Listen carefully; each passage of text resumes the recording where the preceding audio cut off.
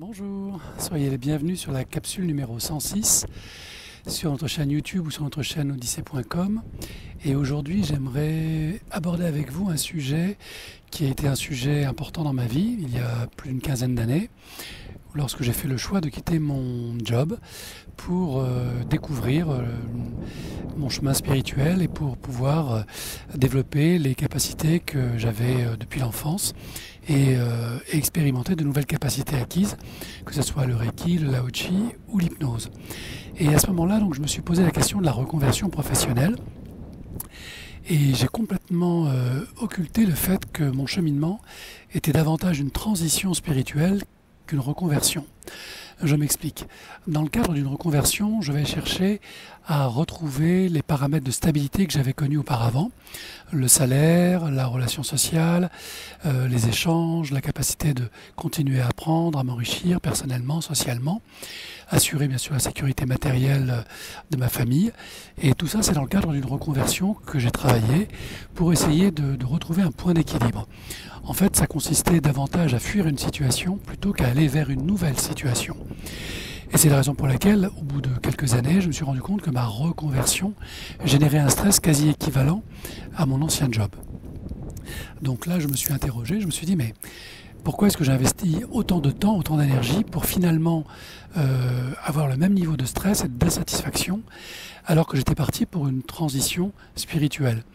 Et en discutant avec mes différents maîtres et les différentes personnes que j'ai pu recevoir en formation Reiki ou Lao Chi, je me suis rendu compte que je m'étais trompé d'énergie. En fait, la démarche était saine, elle était volontaire, elle était utile et je dirais importante dans ma vie, mais j'avais pris le problème avec les mauvais paramètres.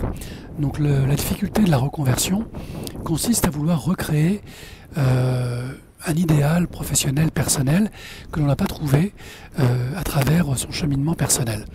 Et en voulant recréer cet idéal, on se rend compte qu'on y intègre tous les défauts, toutes les imperfections qui nous ont justement convaincus de quitter le monde qui ne nous convenait pas. Ainsi donc, dans le mot reconversion, vous allez avoir le mot heureux, recommencer, con, la même connerie, et c'est une version différente de cette connerie que l'on recommence. Donc la reconversion n'a pas été un échec, elle m'a donné la compréhension de mon erreur d'aiguillage, et j'ai décidé d'abandonner la reconversion professionnelle pour arriver sur le chemin de la transition. Alors quelle est la différence entre ces deux concepts ?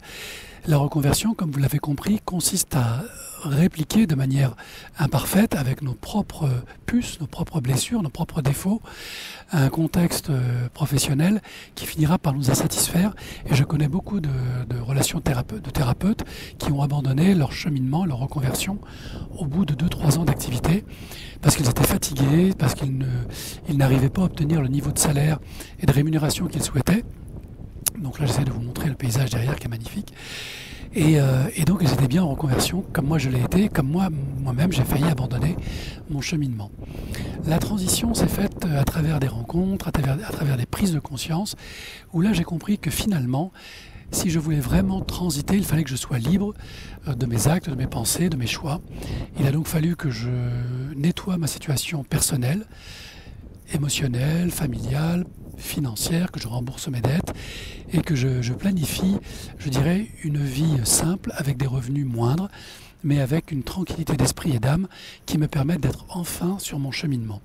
J'ai abandonné l'idée de travailler dans le monde spirituel, ce que la reconversion me proposait, c'est-à-dire changer d'instrument de torture, pour rentrer dans une démarche, je dirais, d'abandon, de lâcher prise, de détachement, afin d'accueillir ce que la vie voulait vraiment me transmettre. Et j'ai donc ainsi transité, et au bout de quelques années, je me suis rendu compte que non seulement mes revenus étaient meilleurs, que mon esprit était plus calme, que ma vue était beaucoup plus profonde, que ma compréhension de la vie était beaucoup plus subtile, et le retour de mes clients et de mes stagiaires était beaucoup plus encourageant. Donc en clair, lâcher la proie pour l'ombre signifie simplement ne pas recréer ce qui nous a fait souffrir en pensant fuir une situation, mais bien se laisser porter par le flux de la vie, par le flux de son cœur. Et si vous pratiquez une activité qui vous fatigue, qui ne vous satisfait pas, alors c'est que peut-être vous n'êtes pas sur votre chemin de réalisation. abandonnez la reconversion et choisissez la transition si votre cœur vous y encourage. C'est le choix que j'ai fait, c'est le chemin que je suis aujourd'hui. Et que les choses aillent bien ou qu'elles n'aillent pas bien, ça n'a aucune espèce d'importance. Je suis toujours sur mon chemin d'évolution. Voilà, j'espère que cette capsule va vous éclairer sur vos prises de décision, car l'année qui vient est une année de transmutation, une année difficile pour tous et pour toutes, et je vous souhaite d'écouter votre cœur et de trouver les réponses en vous et autour de vous. Bien à vous. Namasté.